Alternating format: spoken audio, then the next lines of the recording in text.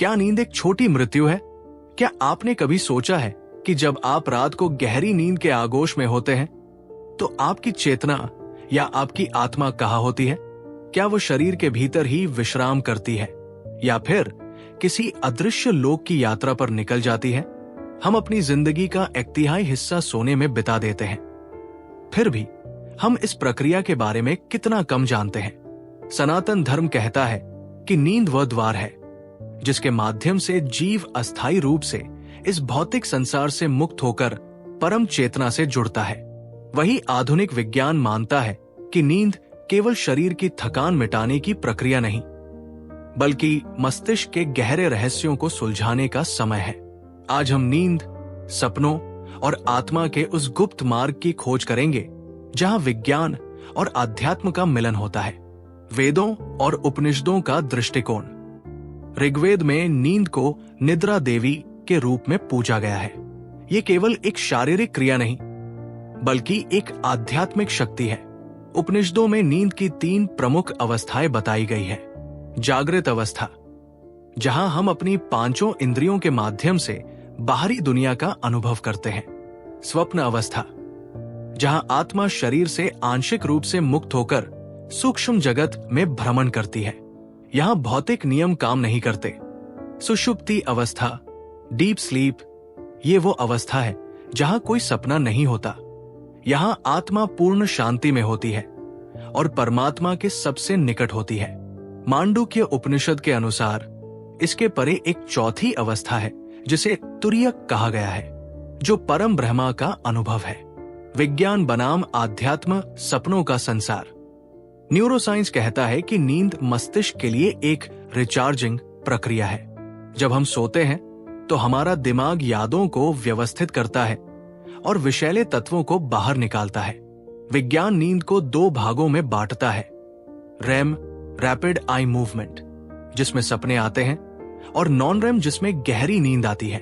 लेकिन सनातन धर्म यहां से आगे की बात करता है। हमारे शरीर में 5 प्राण माने गए हैं। नींद के दौरान उदान प्राण सक्रिय हो जाता है, जो आत्मा को सूक्ष्म लोकों की ओर खींचता है। इसीलिए सपनों में हम अक्सर उन जगहों पर पहुंच जाते हैं जिन्हें हमने कभी नहीं देखा, या उन लोगों से मिलते हैं जो इस दुनिया में नहीं है। श्रीमद् भगवद गीता में भगवान कृष्ण कहते हैं कि जैसे मनुष्य पुराने वस्त्र त्याग कर नए धारण करता है, वैसे ही आत्मा यात्रा करती है। नींद को छोटी मृत्यु कहा गया है क्योंकि इसमें आत्मा शरीर से अस्थायी रूप से अलग होती है, लेकिन प्राण के धागे से बंधी रहती है। सपनों का गुप्त विज्ञान और भविष्य के संकेत। सपने केवल यादों का हिस्सा नहीं है, ये हमारी आत्मा की वो खिड़की है जो अदृश्य जगत की ओर खुलती है। बृहदारण्यक उपनिषद के अनुसार स्वप्न लोक में आत्मा खुद ही प्रकाश होती है और वो सब कुछ अनुभव करती है जो वो जागृत अवस्था में नहीं कर सकती।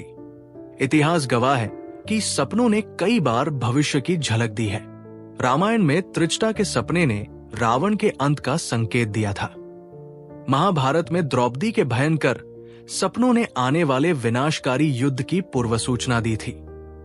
विज्ञान की दुनिया में भी नील्स बोहर ने परमाणु, एटम का मॉडल और आइंस्टीन ने सापेक्षता का सिद्धांत सपनों के माध्यम से ही प्राप्त किया था।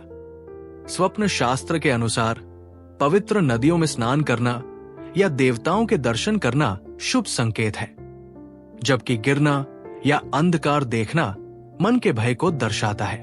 लूसिड ड्रीमिंग और योग निद्रा, सचेत यात्रा। क्या आपने कभी सपने में यह महसूस किया है कि आप सपना देख रहे हैं? इसे लूसिड ड्रीमिंग कहते हैं। यहां आप अपने सपनों के मालिक बन जाते हैं। प्राचीन काल में इसे स्वप्न समाधि कहा जाता था।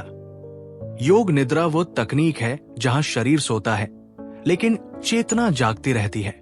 स्वामी सत्यानंद सरस्वती ने इसे आधुनिक युग में लोकप्रिय बनाया। उनका कहना था कि योग निद्रा के माध्यम से आत्मा अपने भीतर के ब्रह्मांड को देख सकती है। जो व्यक्ति नींद में सचेत होना सीख जाता है वो मृत्यु के समय भी निडर और जागरूक रहता है। स्लिप पैरालिसिस और आत्मा का लौटना।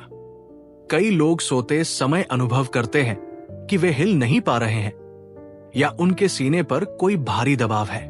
विज्ञान इसे स्लिप पैरालिसिस कहता है, जहां मस्तिष्क जाग जाता है लेकिन शरीर सोता रहता है।